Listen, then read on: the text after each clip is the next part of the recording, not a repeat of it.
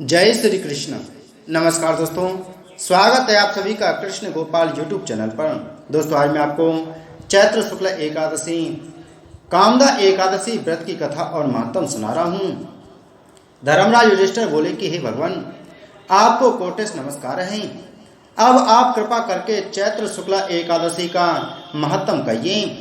तब श्री कृष्ण कहने लगे कि हे धर्मराज, यही प्रश्न एक समय राजा दिलीप ने गुरु वशिष्ठ से पूछा था और जो समाधान उन्होंने किया वह सब मैं तुमसे कहता हूँ, ध्यान पूर्वक सुनिए। प्राचीन काल में भोगीपुर नामक एक नगर था। वहां पर अनेक ऐश्वर्यों से युक्त पुंडरीक नाम का राजा राज करता था। भोगीपुर नगर में अनेक अप्सरा, किन्नर तथा गंधर्व भी रहते थे। उनमें एक जगह ललिता और ललित नाम के दो स्त्री पुरुष अत्यंत वैभवशाली घर में निवास करते थे। उन दोनों में अत्यंत स्नेह था, यहाँ तक कि अलग अलग हो जाने पर दोनों व्याकुल हो जाते थे। एक समय पुंडरीक की सभा में अन्य गंधर्वों के सहित ललित भी गान कर रहा था। गाते गाते उसको अपनी प्रिय ललिता का ध्यान आ गया और उसके ध्यान में स्वर भंग होने के कारण गाने का स्वरूप बिगड़ गया। ललित के भाव जानकर करकोट नामक नाग ने पद भंग होने के कारण राजा से कह दिया।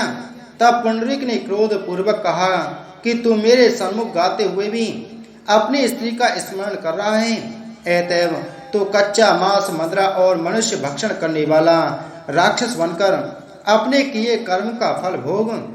पुंडरीक के श्राप से ललित उसी क्षण महाकाल विकराल राक्षस हो गया। उसका मुख अत्यंत भयंकर, नेत्र सूर्य चंद्रमा की तरह प्रदीप्त तथा मुख से अग्नि निकलने लगी। उसकी नाक पर्वत की कंदरा के समान विशाल तथा गर्दन पर्वत के समान लगने लगी।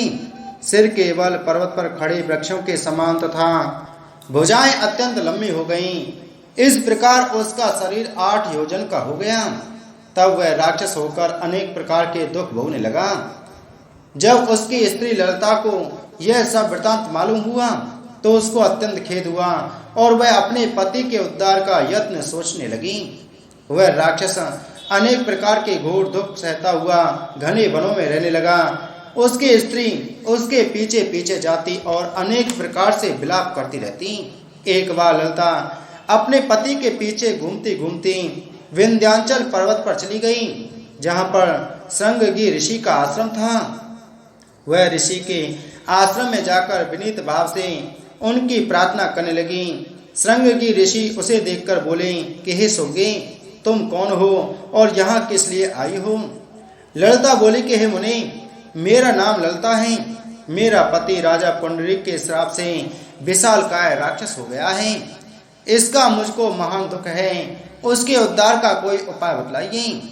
ऋषि बोले कि हे गंधर्व कन्या, अब चैत्र शुक्ला एकादशी आने वाली है, जिसका नाम कामदा एकादशी है। उसका व्रत करने से मनुष्य के सब कार्य सिद्ध होते हैं। यदि तू कामदा एकादशी का व्रत कर उसके पुण्य को अपने पति को दे तो वह शीघ्र ही राक्षस योनि से मुक्ति को प्राप्त होगा और राजा का श्राप भी अवश्यमेव शांत हो जाएगा। मुनि के ऐसे वचन सुनकर ललिता ने चैत्र शुक्ला एकादशी कामदा आने पर उसका व्रत किया और द्वादशी को ब्राह्मणों के सामने अपने व्रत का फल अपने पति को देती हुई भगवान से इस प्रकार प्रार्थना करने लगी।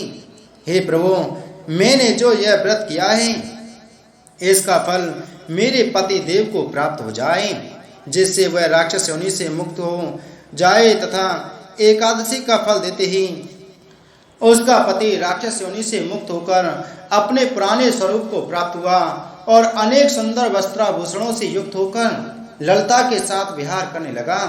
उसके पश्चात वे दोनों विमान में बैठकर स्वर्गलोक को चले गए। वशिष्ठ मुनि कहने लगे कि हे राजन, इस व्रत को विधि पूर्वक करने से समस्त पाप नाश को प्राप्त हो जाते हैं तथा राक्षस आदि की योनि भी छूट जाती है। संसार में इसके बराबर कोई और दूसरा व्रत नहीं है। इसकी कथा पढ़ने या सुनने से वाजपेयी यज्ञ का फल प्राप्त होता है। बोलो एकादशी महात्म की जय।